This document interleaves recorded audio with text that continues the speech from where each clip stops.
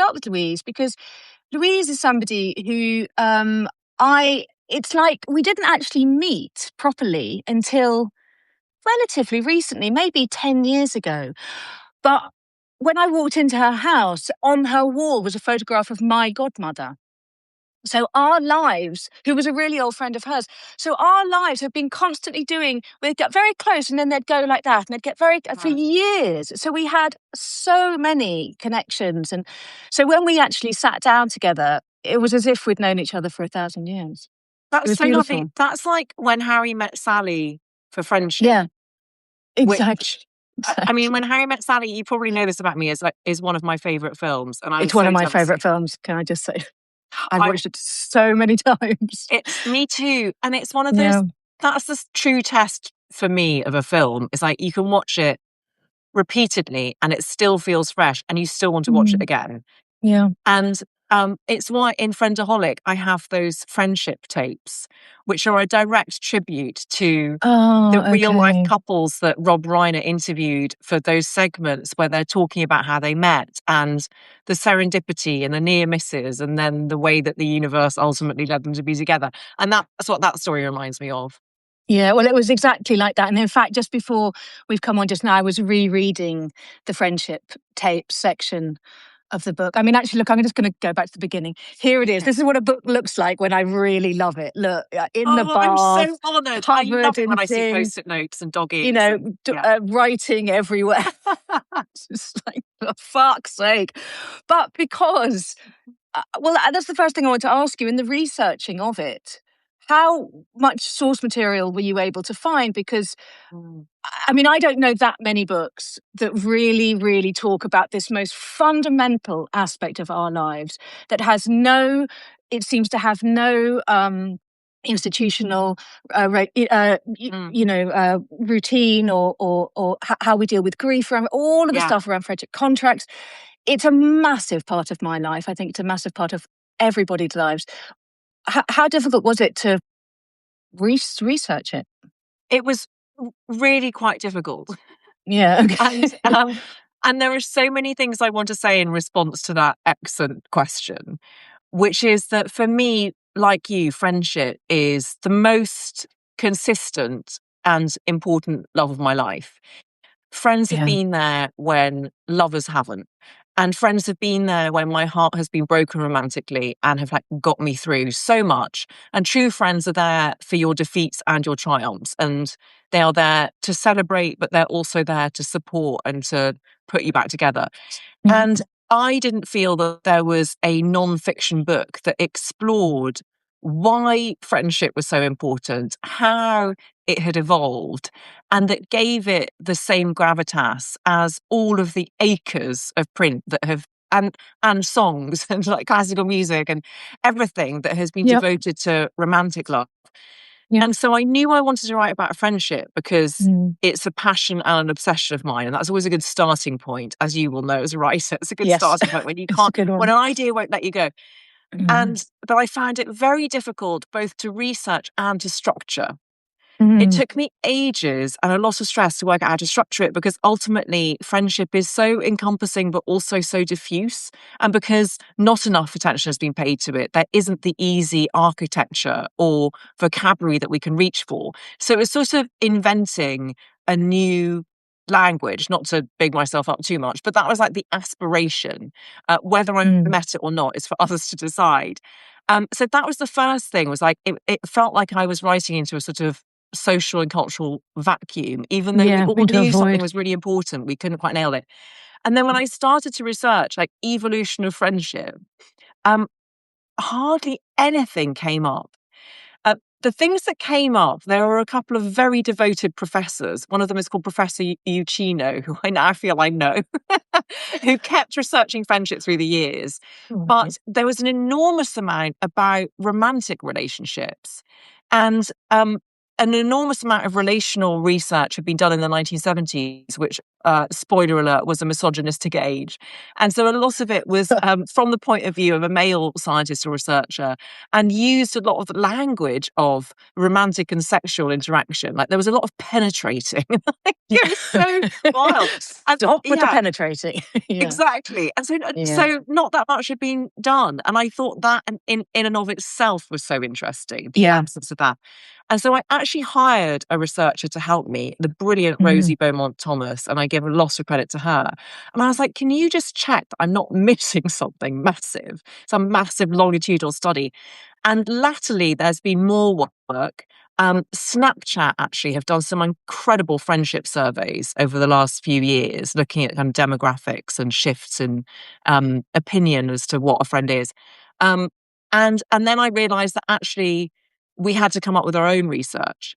And the way that I research is that I use my own experience as a lens through which to examine something broader. So I will start off with something I might have experienced in my life, like being ghosted by one of my closest friends.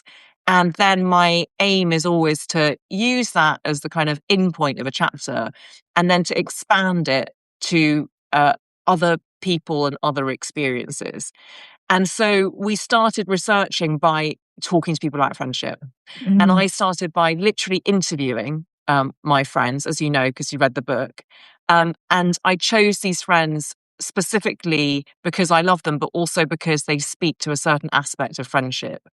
And then Rosie went out and found people who conveyed a lived experience that I couldn't possibly hope to understand or embody, because I wanted it to feel as inclusive as possible, given that that's what the best friendships are. So the long answer to your question is we did our own research. Yeah, and invented your architecture and structure. Yeah. Although I was very touched, and it really struck me that when you talk about, well, you quote Nietzsche. There's a beautiful passage where he talks about a friendship, and I was really struck by how much it humanized him. Yes. Yes. Right. And so even that aspect of friendship that we suddenly, if I think about great literary or historical figures, think about them in terms of how they felt in friendship, suddenly I relate and they're human. And that, again, speaks volumes, doesn't it, about the power of friendship. Definitely. And that's such a great point. Definitely. And I had exactly the same reaction. And I did not know that Nietzsche had written about friendship in this extraordinarily profound and lyrical way until someone came to a live show that I did. And I don't know whether it was the book, my novel Magpie, or whether it was a How to Fail live show. But it was in Bath, and it was an amazing audience. And someone came up to me in the signing queue afterwards and said, "Oh, you mentioned you're writing about friendship. My PhD is in Nietzsche. And you might not know that he wrote this." And I had no idea. And very like you, Eleanor, I was immediately thinking, oh, because I always thought Nietzsche was just doom and gloom. And so remote. I couldn't. So remote. Yeah, Right. exactly. And then you're right, it does humanize people. And again, one of the first texts I reached for was Cicero's How to Be a Friend. Again, same effect on me when I read that. Right, exactly. And actually, Amazing. we started off talking about research, and there's a conspicuous lack of research in the sort of 20th and 21st century.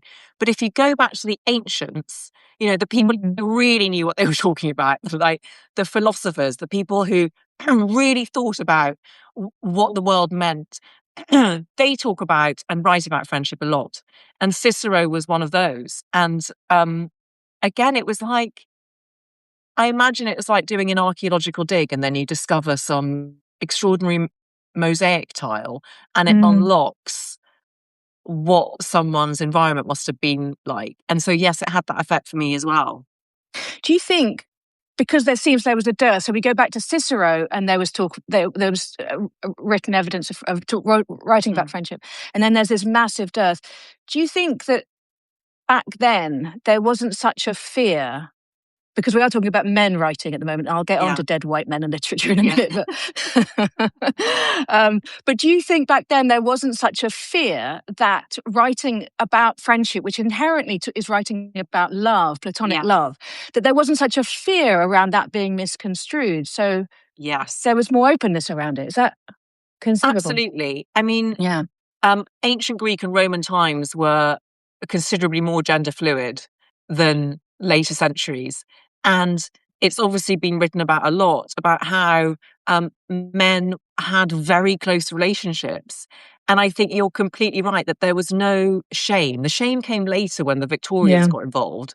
And Yeah. then there's sort of shame and morality. And what happens then is that very often a friendship between two older women, for instance, is seen as sort of a bit weird and embarrassing. Unless And they're spinsters, obviously. yes, but there's always a sort of punchline of an unspoken joke there of like, well, we know what they're There really is. up to, Yeah, which yeah, sort of yeah. undermines it all. Or you get people who, because they live in sort of moralizing times, actually are romantically involved in a same sex relationship and don't feel able to be open about that. And so they describe themselves as friends. And so then you have this sort of these muddied waters of like Mm, trying to find out exactly where the friendship is and what we've learned about it, because there's so much unpacking to do around the judgment that is mm, layered on it. So I do absolutely think that. And I think the other thing that interests me about the way the ancients write is that they have extraordinary insight into things like grief, for instance, because they were so often at war. yep. And these men, and Cicero writes about how his dearest friendships were forged on the battlefield. So these men go to war and they understand the true nature of comradeship. And I find that very moving as well. Mm. Yeah, in fact, I was talking to Matthew Long earlier today, and he was telling me about his experience in a submarine. He was in the Navy, 120 men and women, but at the time when he was doing it, it was just men. 120 men in a submarine for 180 days, Oh my and goodness. what is forged there, and that reliance on each other. But it really made me think as you were talking. Imagine, because for men like Victorian men, imagine two Victorian men walking down the street holding hands. Never. Yeah. But that love was there. So that suppression of love. And it also makes me think, I was driving back from a funeral recently with a very dear friend. Mm. Yeah. And because we were driving back from a funeral, he was talking about a man. He's gay, my friend, and his friend was gay, but they had a completely platonic relationship. And they agreed that platonic aspect of it within about 3 weeks of meeting, probably. And they were together for about 10 years. And I'd never really heard him, because they were together platonically. I'd never Yes. heard him talk about this relationship because he didn't know where to put it.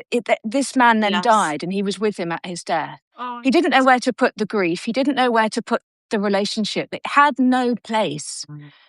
And it was so heartbreaking that we've managed to develop a society where there is no place for that Yes. love. I completely agree. First of all, I'm so sorry for your friend and for you. Thank Um, you. I also, to segue outrageously into a pun, you've literally had a long day. You've had Matthew I, Long and Elizabeth Day, and you've had a I, really intense day. oh my God, I've had a really long day. You've had a very long day. Anyway, I I'm love that. even more grateful. Um, you're absolutely right. There Oh, that's is, funny. there's, because we spent so much time thinking about the lexicon of romantic love, we've forgotten to do the same for platonic. So Yeah. very often you encounter these absences and lacks of expression, whereas romantic love has a series of rituals and routines and stages that you can reach for to express what you are to the outside world and to each other, whether that's deciding to go exclusive on Love Island, or whether it's becoming boyfriend and girlfriend, whether it's moving in together, whether it is choosing to get married, to become like wife and wife. All of those things are now available to us. And Mm. there's nothing that is comparable in friendship.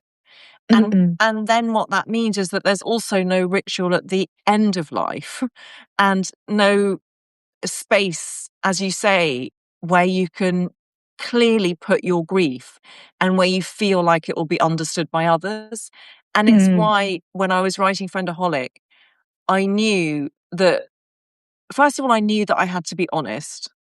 And because there's so much shame actually and guilt around friendship, which is what happens when there's not the comfortable architecture that you can reach for. um, I felt, and it felt so exposing. Sort of writing a whole chapter about being ghosted by a friend felt humiliating. I was like, and we can come back to it, and it was really cathartic and all of that.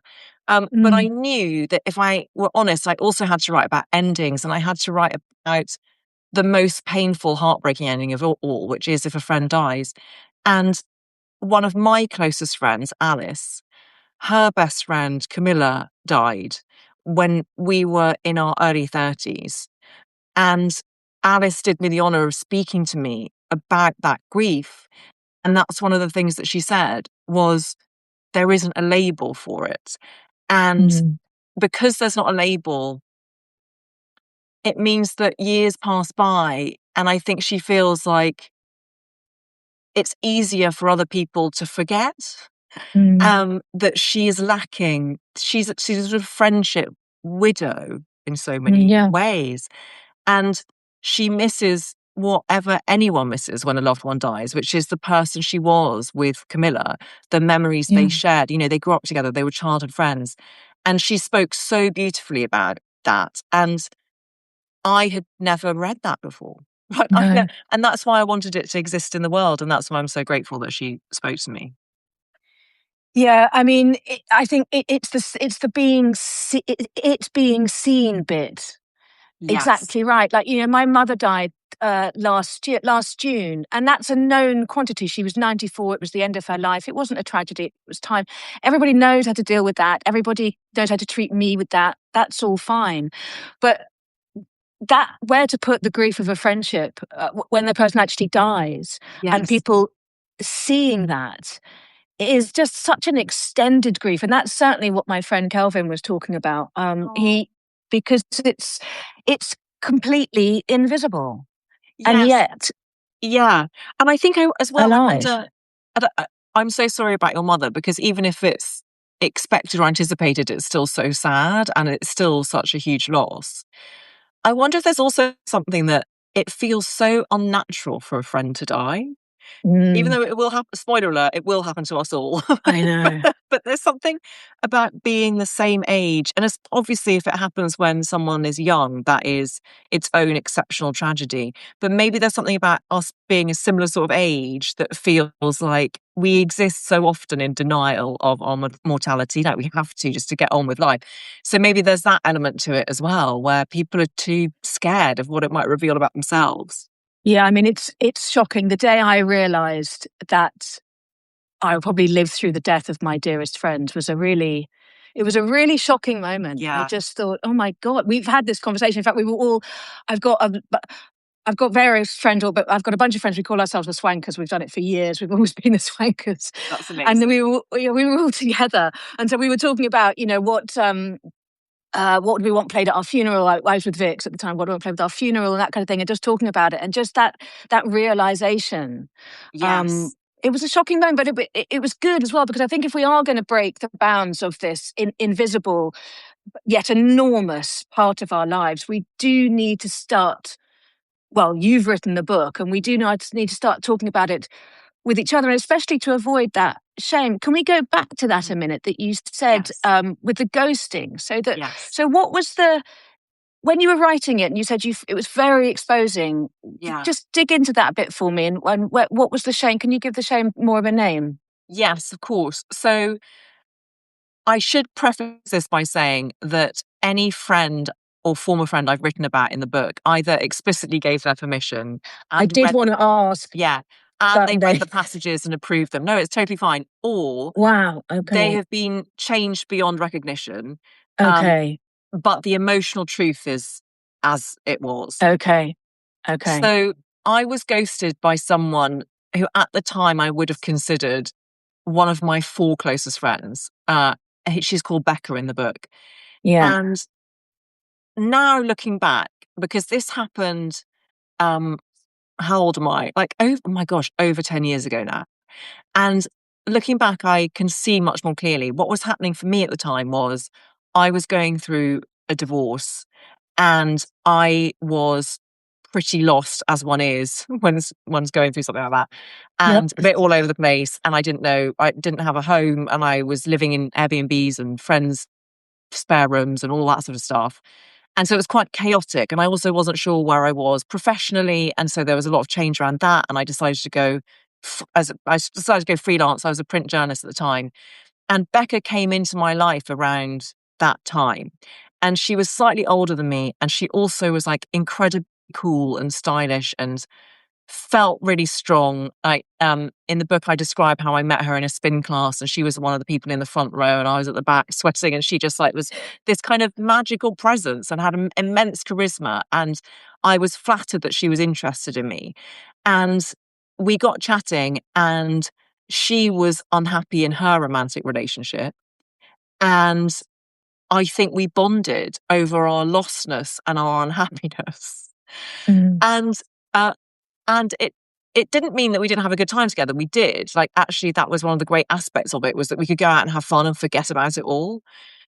But what I now understand, I think happened, was that I started to get more sorted out. Like, I started to understand more what I wanted to do with work.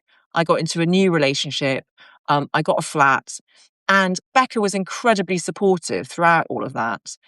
But I think perhaps she was still in pain, and it was difficult for her to see someone as she perceived it then growing away from her, which I wasn't. But because I am innately a conflict avoidant person and a people pleaser and all of those boring things, like much less so now, but I really was then. And because there was no vocabulary of friendship, I felt I couldn't raise it. And I felt Mm. incipient shame because I thought I must have done something terribly wrong. And then I Mm. started to feel really guilty about this thing that I must have done wrong. And then I felt, well, I can't get in touch with her because I've clearly done something wrong. And what could it be? And then I felt sort of angry at myself, and then angry at her, and all of this sort of stuff that I wasn't saying, and Yeah. neither was she. And it is sort of so heartbreaking, because if we could have had the conversation, and I think I would have it now, having Yeah. learned what I've learned, but it felt too, there was just too much fragility to it, and it meant too much to speak about it in a weird sort of way. Like, I Yeah. think my shame was, to give it the label, Yeah. um, it was being confronted with a secret fear that everything I hated about myself was about to be proved true by what she would say to me if I raised it. And that Okay. I had, and so it felt easier just to not address it. And the more I didn't address it, the further away we grew, and we just sort of lapsed out of contact. And I think it was sort of subconscious on my part. I did try and reach out a couple of times, still without naming the issue. And I think it was probably conscious on her part. And I understand why, actually, because we don't have a ritual of ending a friendship, and we Yeah. don't have the language of, it's not you, it's me, that we can reach when romantic breakups, and friendship breakups aren't socially acceptable still. Mm. And so back then it was easier just to let it go, but it was a slow motion grief. I write in the book, Mm. I have never experienced anything like it. Yep. It was just like the gradual sort of covering of this emotional landscape that had been so fertile and joyous with a glacier. That's what it felt Mm. like. Um, and writing about it did feel tremendously exposing, but it also helped me analyze Mm. my own behavior and the things that I Yeah. had done wrong, because ultimately I wasn't being honest, which makes me a bit of a liar. Like, I wasn't naming the truth of what was happening. Um, and so that's been a real lesson for me. And actually, writing about it has enabled me to be in relation with that friendship still. Like, I'm so grateful for the years that we had together, and Mm. feel nothing but fondness and love and affection towards her. And Mm. that's because I wrote about it and I can understand it better. And it's also partly because so many people got in touch with me after that and said, Mm. thank you, this happened to me too. And I've never spoken about it. I've never seen my experience reflected. And so it gave that pain a sort of meaning. Yeah, it's interesting that the shame has a baseline of supposition that she was right rather than. Yes, isn't it? Do you know what I mean? Isn't that's a It's whole other conversation, Eleanor, yeah. because you've nailed it. And that's so often my supposition. And there's Mm, a lot of like social conditioning to unpack there. And I'm sure it's mm, familiar to a lot of women, um, sure. of, particularly of our generation. But like, yes, you're totally right. That is Yeah. interesting. Yeah. It's buying a corrupt premise and then Yeah, running with well, it. you And don't I know. do I it. could be horrendous. Let's find out. Yeah. um, yeah, no, I completely relate, and that's exactly what I do. And I know you mentioned the "everybody hates me's" that goes round and round and round, and Yeah. I call it the mentals. And there's no doubt that for years and years and years, and now with actually great friends of mine, I went through. I have a sibling who I was very had a very. It was a very dominant relationship. I Mhm. was completely sort of enamored by them, and it really impacted all of my friendships with women. Because anyone that I associated any kind of sisterhood with, I would always Yes. immediately put them in that position and then go through the constant buying this corrupt premise that somehow I'd done something terrible and everybody hates me. And it took me years to separate those familial formative relationships out from my friendships. But also, as well, I know you make a clear point in the book about friendships born of uh, early corrupt relationship, that Yeah. if one is trying to make up the difference in those rather than starting from a fresh sheet, Yes. you're always going to be running to catch up no matter what. Yes. I find that so fascinating about your Yeah. sibling. Thank you for Mm, sharing that. I mm. Sibling relationships, I'd like someone to write a similar book about Yeah, me too. siblings, but I Yeah. don't want to do it. No, me neither. But I think we probably have the same reasons as to why we don't. Um, Mm. and I think it's a conspicuous absence in Friendaholic actually, because I know some people have incredible friendships with their siblings. Mm. But I just thought that's a whole other meaty topic that I'm not sure I'm equipped yet to unpack. I do think that your earliest relationships in your family units absolutely inflect how you see the world, how you perceive yourself in the world, and what you're trying to fix. There's always something. Mm. No one has Yeah. an entirely perfect upbringing. No. And for me, it wasn't just a familial thing, but it was also a school thing in the sense Mm. that um, I grew up in Northern Ireland. As you can hear, I've got a very English accent. I never felt at secondary school, particularly, that I fitted in, and I was a bit bullied because of it. And being an adolescent it's so tribal anyway, and you're constantly trying to work out your identity and belong to a group. So that was all quite difficult. And what all of that did was make me feel that I had to perform and be perfect in the way that other people wanted me to be. I had to Yeah. try and work out how they wanted me to be in order to feel safe and loved and to belong. Um, Yeah.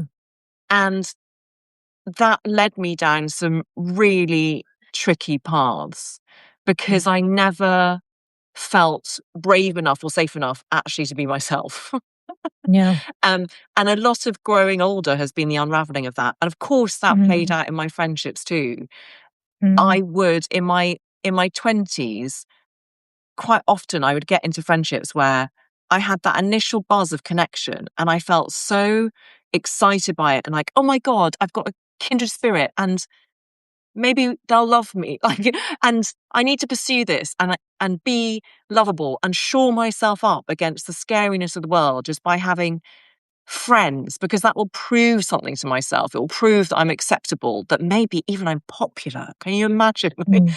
um, and so, in order to sort of maintain that, I would then try and meet all of their needs, and sometimes Mm. needs that I had projected on them that they had never expressed. But I was like, let me just try and serve you in any capacity. And of course, Yeah. you can't keep going like that.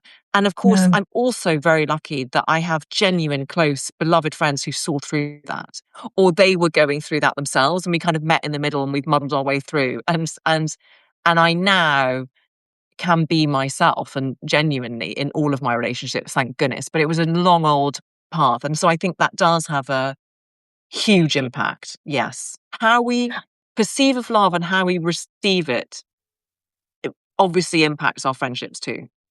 Yeah. And I think it's always a test. I think I said this to some young person the other day, but if one is the same wherever you are with any person, with any, do you know what I mean? Yes. Then that's you in the room. And I know Yes. that certainly wasn't me for a very long time. I could Ditto. chameleon my way Yes. through the world, but I had a very different response to my sort of school experiences of friendships. I think the only best friend, the only person I would ever call a best friend, and this is the reason why I've only used that term once. When I was 11, I had a friend, and we were absolutely like that for until we were 15. I pretty much moved into her house. I definitely adopted her family over my own. I mean, we were absolutely inseparable. And when we were 15, one day I walked into school and she just completely ghosted me. Oh my God, that's shattering. Just standing start. Even now, it makes my heart go. Oh, I'm so, that's horrendous. You poor thing. But, so that happened. And at the time, we were just doing our GCSE, O levels back then. And I'd got into Westminster and she was going off to Holland Park. And I remember leaving school and going off to Westminster, so shattered by this. And this sort of loops back into the grief and where to put it, with no language for it whatsoever, none.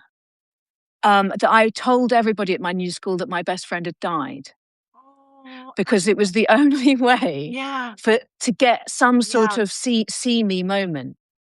And then about 6 months into my new school, one of my friends he must have known someone else at Holland Park, and he saw this friend of mine on the bus, and he came in and he told everybody that she wasn't dead at all. And I'd made the whole thing. So it had this whole thing happen. And then You couldn't do that in social media age, could you? you sure couldn't. But that was the God. language I chose. But then 35 years later, I got a message from her saying, "I'm sorry, I was such a cunt. I was 15 years old. I didn't know what I was doing. I was really clumsy, and I'm really, really sorry." Oh my And it was gosh. and we're friends again. Healing. It was so amazing. It was amazing. But what it did, what was so beautiful. Did you Go on. reply and have you Oh, yeah. met up? Oh, yeah, now we're friends. Yeah, Oh, now we're friends again. this is And I got to go back and be with her family again, who I, adore. It was remarkable. But actually, my brain slightly segues there, because tragically, a year later, her brother died. And so it was amazing to be back in the family again at this incredible moment in our lives. But what was so beautiful about it, I think, was that we were both able to go, "Oh yeah, we were 15. People do really shit things. It's Yeah. okay." Yes. And it redrew our friendship. So we're not like we were then at all. Yeah. But then we're not 15 either. We have a redrawn friendship. Yes. And I've had that happen with one other friend, a completely cataclysmic breakdown. And then a few years have passed, and then we've picked it up again. And that was around children, her having children. And so I just wondered have you had that cataclysmic and then the redrawing of another version? I now wish that I'd known you when I was writing Friendaholic, because what amazing stories. Because one of the things that I realised when it came to the end of the final chapters of Friendaholic, when I quote Nietzsche, is that friendships can come back in the most surprising ways. Like, hopefully life is long and we evolve, and friendships can come back into your life, as you have just said. And it happened to my friend Bonnie, who I do quote in the book, who's in her 70s. And she'd had a terrible falling out with a friend who'd written her a letter one Christmas saying every single thing that she hated about her. And then, And then Bonnie, during the pandemic, was just thinking about her, and she thought, I mean, all kudos to Bonnie. She reached out, and Mm. the friend, very much like your friend, said, "I'm so sorry. I was awful. I was going through something." And then our friends Mm. again.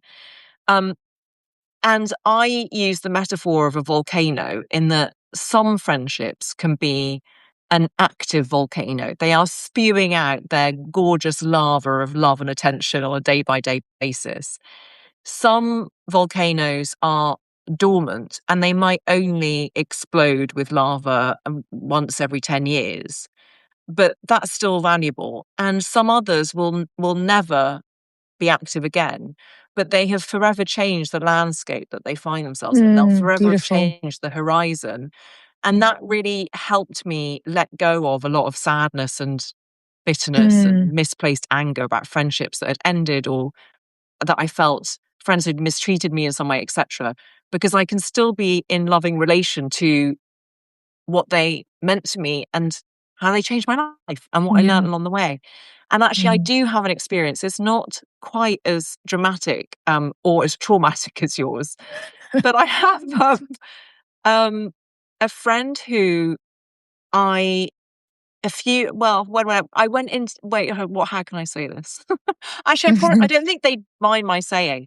Um, we went into business together, and at the time that we did that, I was going through a lot of dispiritingly unsuccessful fertility treatment, and I was having miscarriages, and I was in a very unhappy marriage, and I just couldn't cope with also running a business. And because I was still in that phase of my life where I found it difficult to communicate things that I thought would disappoint my loved ones, I don't think I did a good job of communicating that. And Mm. so we grew apart. And um, I mean, my beloved, I'll say who it is, he'll know who it is, it's Simon. Um, he was the one, and I've known him since I was 17. We had our years out between school and university. That's how we met. We ended up like working for an NGO in Cape Town. And he reached out during the pandemic. There's something about the pandemic, I think, that clearly, obviously, it was a time for reflection for many of us, and we were all feeling Mm. isolated. And he suggested that we went on a walk, and we started going on walks. And it was so lovely to have him back in my life. And he was persistent about it in the most loving Mm. way.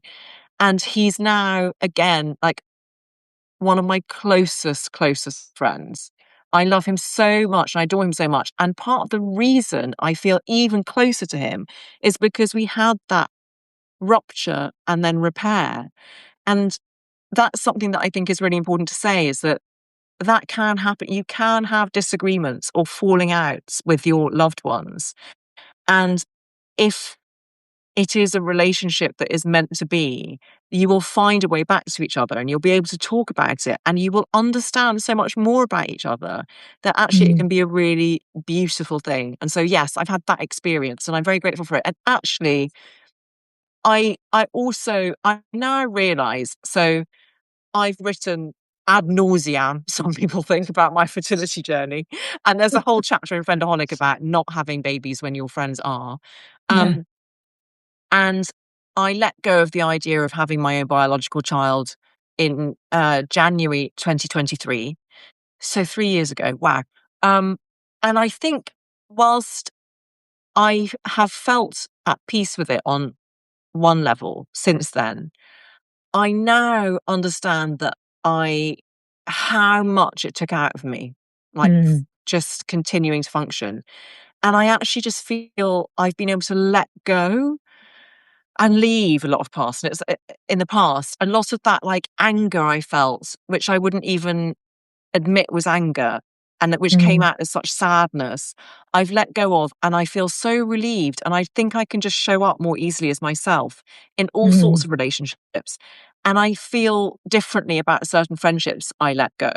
And I feel like Mm. those friendships might come back into my life in the same way as it's sort of changed my familial relationships. Like I feel I'm probably just like a much easier person to be close to.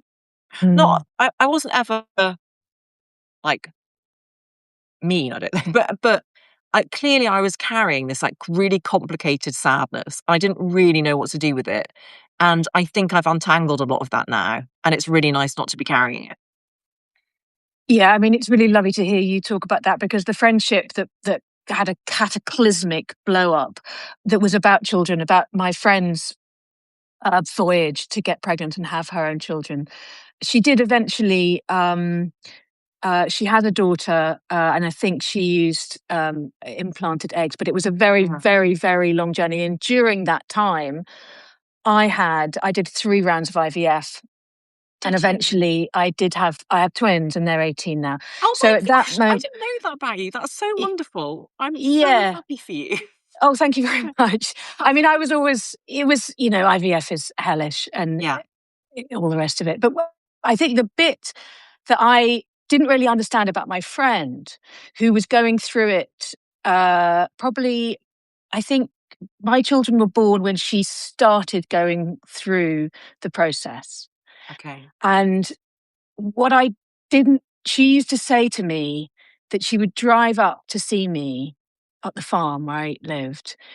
And then she would drive away and park the car and just cry.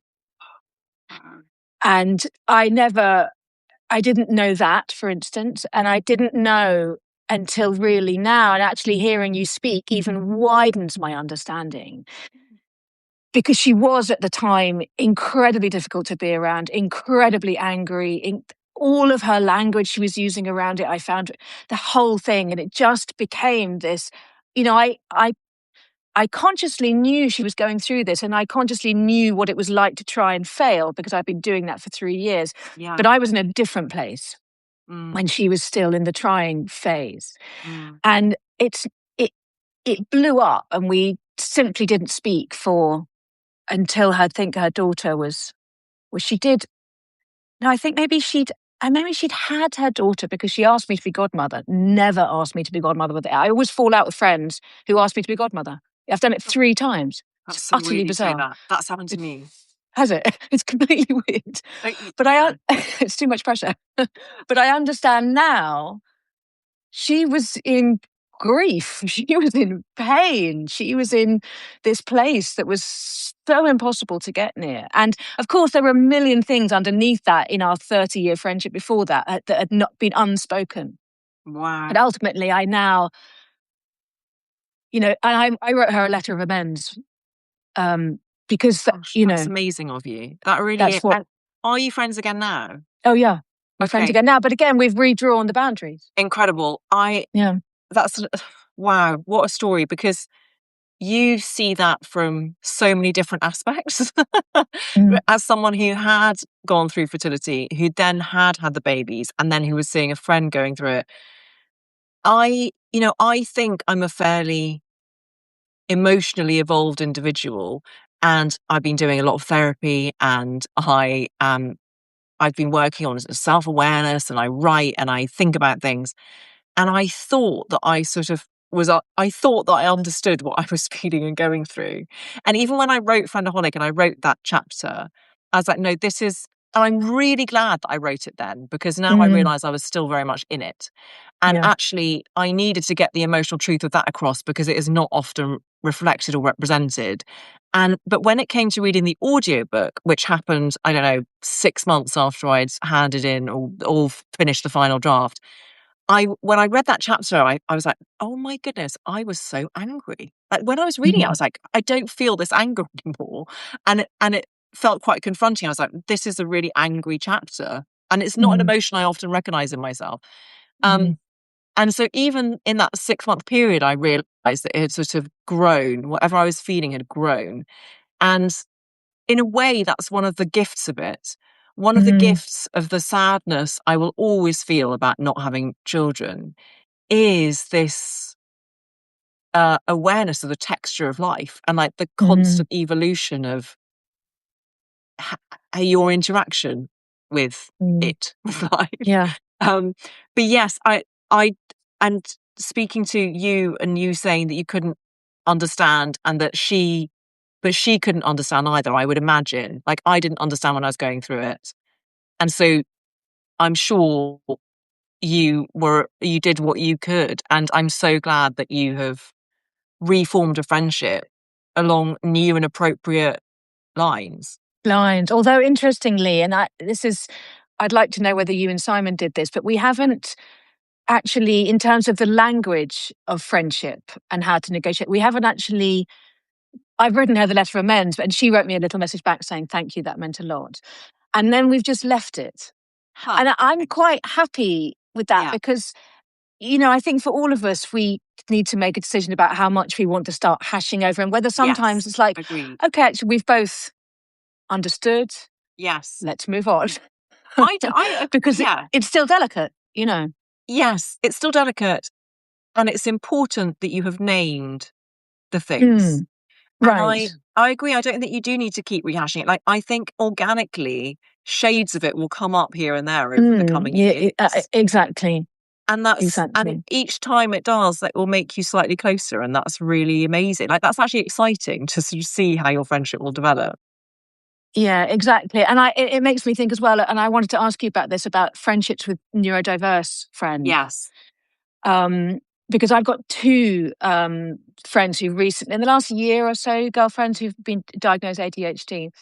And it really helped to explain our friendships and redraw them in ways that worked for both of us. And with one of them, my friend Susie, who I think is with us now, she and I, for a very short amount of time, lived together, which didn't work at all. And it was a very difficult time for both of us. And I know she was very hurt by how I was. And I ran off with a shaman. I was completely... I'm sorry. Now, there's a whole story there that I need, but yeah. Okay. But I was so, I think because of my experience with Eliza, my first best friend, this is why I never used the word best friend, because I was so hurt by it that I just when I got to the chapter on best friends, I was like, nope, I do not use that. And I still don't use that word. Yeah. So I think anyone who gets too possessively close to friend best, but I was completely insensitive back then. But I realised that with Susie. So she and I are very close and we talk all the time. And she was diagnosed recently as ADHD. And so she's been able to say to me, okay, this is what I need. This is what doesn't work. I don't like talking on the phone. And then also with my friend Avril, who recently diagnosed, and she said, oh my God, everybody thinks I'm a really shit friend. But I'm not. It's just, if you're not in front of me... I don't know you're there. Yes. And I was like, oh, thank God. Okay. So then we redrew it. It was great. It's so interesting. So first of all, he is one of my great friends. Oh, great friends. Huxley. Hello, Nate. What's his name? Say hello to Substack, Huxley. Oh, hi, Huxley. Have you read The Doors of Perception, Huxley? Well, you wrote it, so let's just not worry about that. That's why he's named Huxley. Yes, good. Yeah. Very good. One of the best endings ever. Carry on. I know, he's the best. It's also because it was the only name that my husband, and his then 12-year-old daughter could agree on. And she liked it because it reminded her of a character in Harry Potter. And I liked it because of Aldous Huxley. Aldous, obviously. Yes, yes. Thank you. Wait, what were we talking about? Neurodiversity.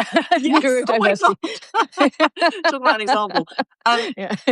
Fascinatingly, so one of the friendship tapes in Friendaholic is Sally, who talks about neurodivergence in friendships. And I knew that needed to be a really important part of the book. But since Friendaholic was published, my best friend, and I'd love to talk more about the label of best friend, because you're right, it's so intriguing as to why that label is really important to me and really important to Emma, my best friend, and why I completely understand it's like unnecessarily twee or triggering for other people. But she's been open about this, so I am okay sharing it, but she's been diagnosed with autism. Right. And like your friend, she has done such an incredible job of explaining it. And it's made so much sense of so many things about her in a really wonderful way. And because she's so brilliant and so unique. And one of the things that I write about in Friendaholic and we joke about is the fact that she does not generally like to be hugged. Okay. But and it took me 10 years of friendship before she would allow me to hug her. And I knew this about her and I just was accepting of it. I was like, totally fine. She doesn't like it. I'm very tactile. She isn't. That's fine. And we attributed it to the fact, and we started joking about it, during those years, that she's half Swedish and the Swedes just like to bury their emotions in the forest, like this kind of stuff. Yeah. But that's just one example of how much sense her autism diagnosis then made. Mm. Um, and also partly why she is such a brilliant psychotherapist, because she is so adept at reading the clues of a human without necessarily having the emotional processing that other people are able to reach for. Like it's not processed in the same way. So she's got to be so like the directness of her Yeah. intelligence is an extraordinary thing to witness. And I always just thought, wow, I'm so lucky that I have the only person in the world and genuinely who is this brilliant. And I still think that. And I also understand so much more about how her neurodivergence presents itself, and it's Yeah. made us closer, and because there's just another depth of understanding now as well. Yeah. And that mistake that all of us make with that little narcissistic bit of our heads, that actually it's not personal. If that, particularly with my neurodiverse friend, and I seem to have a lot of them, that none of it's not personal. This is how, and actually, funnily enough, I could probably count 5 on my hand who are all in the psychotherapy or that realm. That's their work. That's what they do. How interesting. Yeah. Yeah, because I think you need to ask the question. So Emma will sometimes ask me, like she'll send me a text and be like, is it okay to say this in an email? I just want to, Right. or am I understanding? Or she'll say to me, if I've said something, she's like, am I understanding this clearly? You've said Yeah. this. Do you mean this? Yeah. And that's brilliant. As a Yeah. therapist, that's a brilliant quality. And Yeah. also as a best friend, it's a brilliant quality, because I'm like, oh, did I mean that? Or was I actually using sadness to mask my innate Yeah. rage? Like, Yeah. so yeah, I really appreciate, one of the things I talk about in Friendaholic is how much my friends have taught me to appreciate clarity in Yeah. communication and how Yeah. loving that is. Yeah. And also generosity of spirit is my other great metric, that their default will be to think the best of you, even if you haven't been in touch, even if you I mean, failed to make that. can you remind that me every day? Can you just send me a message? Can you remember? Because I need to remember that Yes, every single I day. will. And Thank you actually, very that's something that Emma taught me.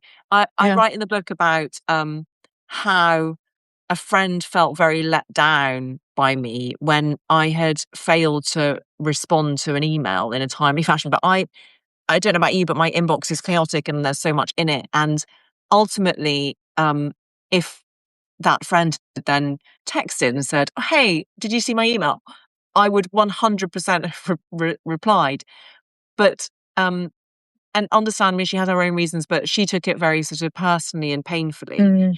And it Okay. was Emma who said to me, I was feeling terrible about it. And Emma said, Mm. that's not a very generous way of thinking about you. Like, as someone who's No. meant to know you really well, as your Mm. close friend, why would they think the worst of you at the Mm. first sort of hurdle? Hurdle. Yeah. Yeah. And it really opened my eyes to that. And Yeah. Yeah. that's not to say it's carte blanche to act horribly at all. Like, I still want to show up and I want to be called to account, but I would love it if someone could think, well, she's not a malicious person. She's certainly not a malicious friend. She does try her best. So it's probably this. Right. Her Yeah. default is that she loves me. That's the Yes. baseline. That would be That's nice. that. Right? Simple. I have a friend, my friend Lisa, who's also a psychotherapist. And I remember at one point we were talking about the everybody hates me's and that Yes. doubt of the default. And we were having lunch. And I said, look, for instance, by this time we've known each other probably over a decade.